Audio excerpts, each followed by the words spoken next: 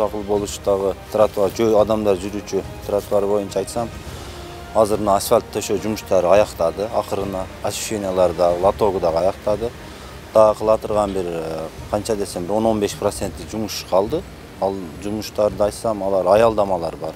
Адамдар дем алуучу аялдамалар бар. Жакын күндөр алар да бүтүрүлүп пайдаланууга беребиз.